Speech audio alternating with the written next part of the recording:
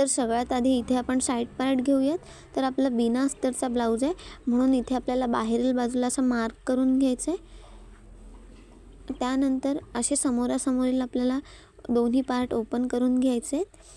त्याच पद्धतीने आपल्याला छातीचा पार्ट घ्यायचा आहे, तर तोही मी असा समोरील भागास असा ओपन करून घेणार आहे.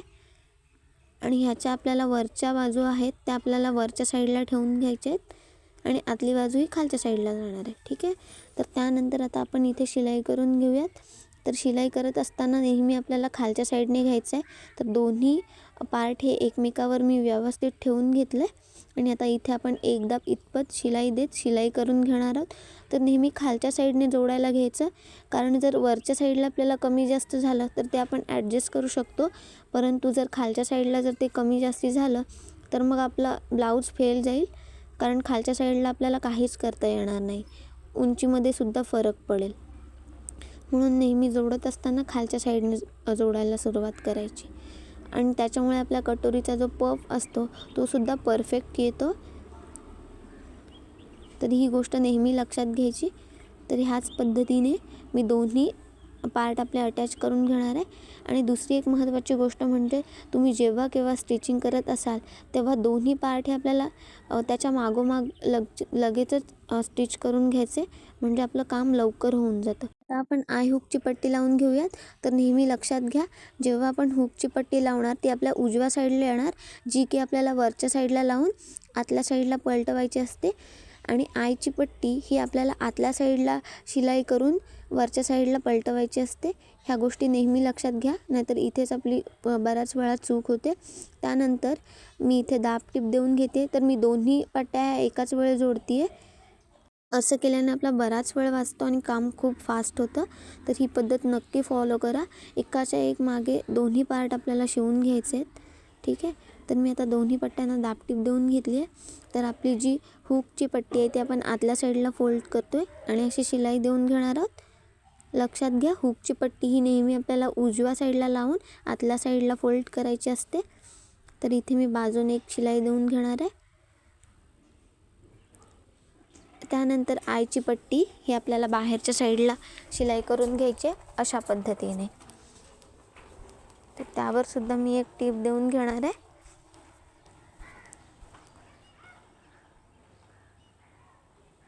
शिलाई देत असताना दोन्ही हाताचा वापर करा. त्यानंतर आपण खाली जे एक्स्ट्रा कापड आलं आहे ते कट करून घेणार आहोत. आता आपल्याला खालच्या साईडला पट्ट्या लावून घ्यायच्या आहेत.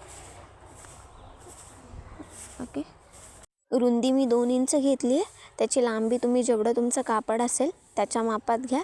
तर आपल्याला ही वरच्या साईडने लावायचं आहे. लक्षात घ्या, वरच्या साईडने आपण ही पट्टी लावतो तर समोरच्या साईडला 1 इंच इतपत आपल्याला फोल्ड करून घ्यायचं आहे आणि संपूर्ण आपल्या खालच्या भागाला एकदा इतपत अशी शिलाई देऊन घ्यायची आहे. तर इथे मी दोन्ही भागे आपल्या एकाच वेळी करून घेणार आहे. सेम तीच पद्धत आपल्याला पुढे 1 इंच इतपत फोल्ड करून घ्यायचं आहे आतल्या साईडला आणि शिलाई देऊन घ्यायची आहे. त्यानंतर आपण ह्यावर दाब टीप देऊन घेणार आहोत. त्याच्यामुळे आपली शिलाईसुद्धा निघत नाही आणि पलटवायला खूप इझी जातं आणि फिनिशिंगसुद्धा छान येते.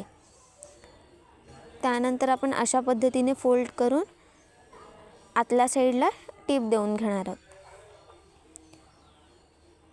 ही खूप सोपी पद्धत आहे. अगदी 15 ते 20 मिनिटात तुमचे हे पार्ट तयार होतात.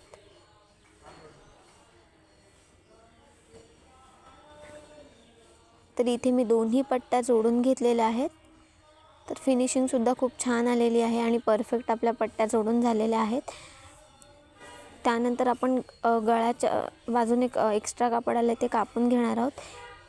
गळा मोजून घ्या बरोबर आहे का, तर आपला बरोबर आलेला आहे. त्याच्यानंतर वरच्या साईडला थोडं एक्स्ट्रा आलं असेल तर ते कट करून घ्या. तर ही आपली बिना अस्तरची बाही आहे. तर तिला शिलाई द्यायची थोडी वेगळी पद्धत असते, ती बघूयात. तर आपल्याला सगळ्यात आधी खालच्या साईडने असं 1 इंचावर किंवा पावणे 1 इंच असं मार्क करून घ्यायचं आहे. तर इथे मी 1 इंच घेते आहे. तर आपल्याला बॉटमला असं 1 इंच मार्क करून घ्यायचं आहे. तर ती सरळ लाईन आखून घ्या. तर हे मी समोरच्या भागाला करते, म्हणजे समोरच्या बाजूने करते. त्यानंतर जी आपली खालची बाही असेल त्याच्या समोरच्या भागावर असं टॅप करून घ्या, म्हणजे तेवढीच पट्टी तिथे उठेल. ते उमटल्यानंतर आपल्याला शिलाई द्यायला खूप सोपं जाईल. तर त्यानंतर आपल्याला शिलाई देऊन घ्यायची आहे. तर खालच्या साईडला एक थोडंसं पाव इंच फोल्ड करून आपल्याला शिलाई देऊन घ्यायची आहे.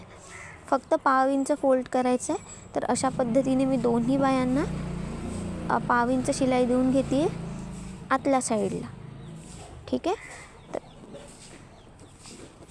तर इथे आपल्याला नंतर हात शिलाई करायची आहे, म्हणून आपण असं करतो आहे. कारण साध्या बाहीलाही कंपल्सरी हात शिलाई करणं गरजेचं असतं. त्यानंतर जिथे आपण लाईन आखली होती तिथून आपल्याला तेवढाच भाग पुन्हा फोल्ड करून घ्यायचा आहे अशा पद्धतीने. तर ही गोष्ट नेहमी लक्षात घ्या, साध्या बाहीला नेहमी हात शिलाई करणं गरजेचं असतं, म्हणून आपण ही अशी पद्धत फॉलो करतो आहे. ठीक आहे. तर इथे आपल्या दोन्ही बाह्या तयार झालेल्या आहेत. आता आपण मागचा भाग घेऊयात. तर सगळ्यात आधी आपल्याला टक्सला शिलाई देऊन घ्यायची.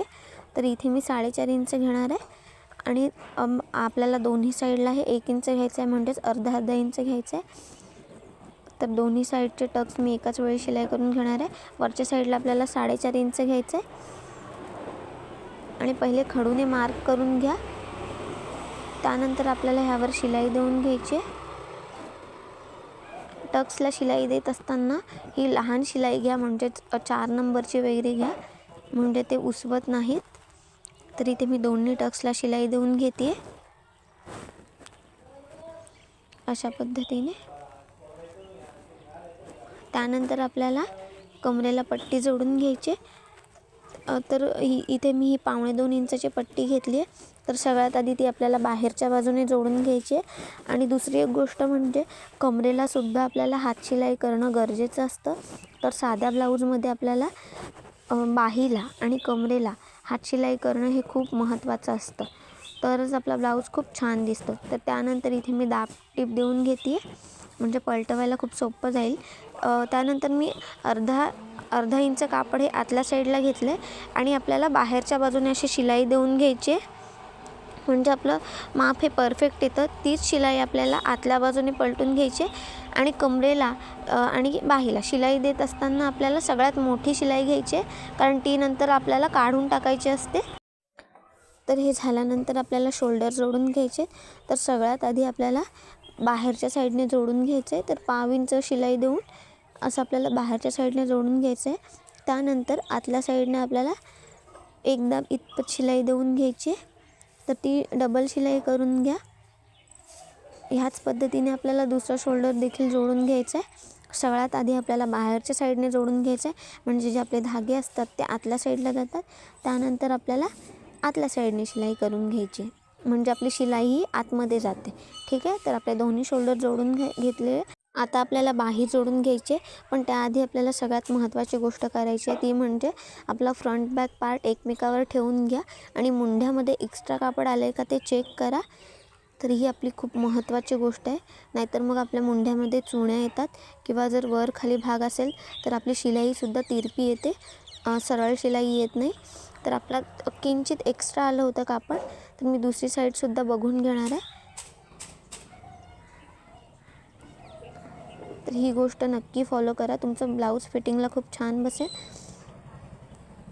तर आपली दुसरी साईड ही एकदम परफेक्ट आहे. आता आपण स्लीव जोडून घेणार आहोत. बाही जोडत असताना ही जी शोल्डरची पट्टी असते ती नेहमी मागच्या साईडलाच आली पाहिजे, नाहीतर मग आपले शोल्डर हे 100% उतरतात. तर नेहमी ही गोष्ट लक्षात घ्या. ही पट्टी नेहमी मागच्या साईडला घ्या आणि शोल्डरला एक्स्ट्रा कापड आलं असेल ते कट करून घ्या. तर इथे मी बाहीला मधून नॉच देऊन घेतला आहे. बाही जोडत असतानाही आपल्याला नेहमी सेंटरपासूनच जोडायची असते, तरच ती दोन्ही बाजूला परफेक्ट येते, नाहीतर मग ती पुरतसुद्धा नाही आणि तिचा आकारसुद्धा बदलतो. तर नेहमी बाही जोडत असताना आपल्याला सेंटरपासूनच जोडायची असते, ही गोष्ट नेहमी लक्षात घ्या. तर आता मी दोन्ही बाजूला शिलाई देऊन घेणार आहे. तर एक दाब इतपत आपल्याला शिलाई देऊन घ्यायची. त्यानंतर पुन्हा आपल्याला मागच्या साईडने सेंटरपासून शिलाई देऊन घ्यायचे एक दाब इतपत. तर हीच पद्धत नेहमी फॉलो करा, तुमची बाही परफेक्ट येईल आणि कुठेही कमीसुद्धा पडणार नाही. तर अशा पद्धतीने मी शिलाई देऊन घेणार आहे. त्यानंतर आपली शिलाई संपल्यानंतर तिथूनच आपल्याला पुन्हा त्यावर डबल शिलाई करून घ्यायची आहे. तर स्लीव जोडत असताना नेहमी आपल्याला डबल शिलाई करून घ्यायची आहे, कारण बऱ्याच वेळा आपले स्लीव हे त्याची शिलाई सैल होते आणि निघून जाते, म्हणून नेहमी स्लीवला डबल शिलाई करायची असते. तर ही खूप सोपी पद्धत आहे आणि ह्याच पद्धतीने मी दुसरे स्लीवसुद्धा अटॅच करून घेणार आहे. तर ही पद्धत फॉलो केली तर अगदी 15 ते 20 मिनटात तुमच्या बाहीपर्यंतची शिलाई संपूर्ण होऊन जाईल. तर त्यानंतर आपण ह्या ब्लाऊजला पायपिंग करून घेणार आहोत, म्हणजेच गोट लावून घेणार आहोत. तर ही व्हिडिओ खूप मोठी होऊ नये म्हणून मी गोटची सेपरेट व्हिडिओ बनवणार आहे. तर ती व्हिडिओ नक्की बघा, कारण त्यामध्ये मी गोट लावण्याची सगळ्यात सोपी पद्धत सांगितली आहे. सोबतच काही आपण टिप्ससुद्धा बघणार आहोत. आणि हो, ही व्हिडिओ जर आवडली असेल तर लाईक करा, शेअर करा आणि सबस्क्राईब करा. तर पायपिंगची व्हिडिओ मी लवकरच अपलोड करणार आहे. ही व्हिडिओ संपूर्ण पाहिल्याबद्दल मनापासून धन्यवाद.